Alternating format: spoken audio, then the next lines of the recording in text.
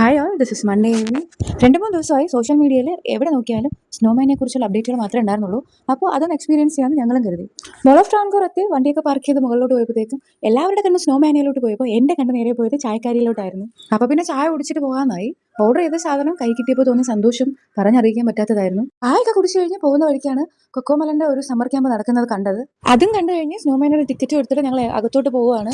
എല്ലാവർക്കും ഒരേ കളറിലുള്ള ജാക്കറ്റ് ആയതുകൊണ്ട് തന്നെ ആരുടെ കൂടെയാണ് നിൽക്കുന്നതെന്ന് ഒരു പിടിയില്ലായിരുന്നു. ഫസ്റ്റ് മഞ്ഞ് കണ്ട സന്തോഷത്തിൽ ആദ്യം ചെന്ന് കുറേ മഞ്ഞ് കയ്യിലെടുത്ത് കളിച്ചു. കുട്ടികൾക്ക് കളിക്കാനായിട്ട് അത്യാവശ്യം കുറച്ച് സാധനങ്ങളൊക്കെ ഉണ്ടായിരുന്നു. എല്ലാം ഒന്നും ഫോട്ടോസും വീഡിയോസും എടുക്കാൻ പറ്റില്ല, കാരണം കണ്ണ് തെറ്റി അപ്പുറത്തും ഇപ്പുറത്തും കൂടെ എല്ലാം കൂടെ ഓടും.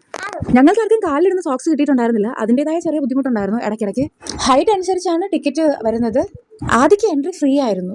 എവിടെ പോയാലും ഇവൻ ഇതാണ് അവസ്ഥ. ബോൾ കിട്ടിയാൽ പിന്നെ അവന് വേറൊന്നും വേണ്ട. കുറച്ച് കൂടുതൽ സമയം അവിടെ നിന്ന് സ്പെൻഡ് ചെയ്തതുകൊണ്ടാവാം കാലൊക്കെ തണുക്കാൻ തുടങ്ങിയപ്പോഴത്തേക്കും ഞങ്ങൾ പുറത്തോട്ട് ഇറങ്ങി.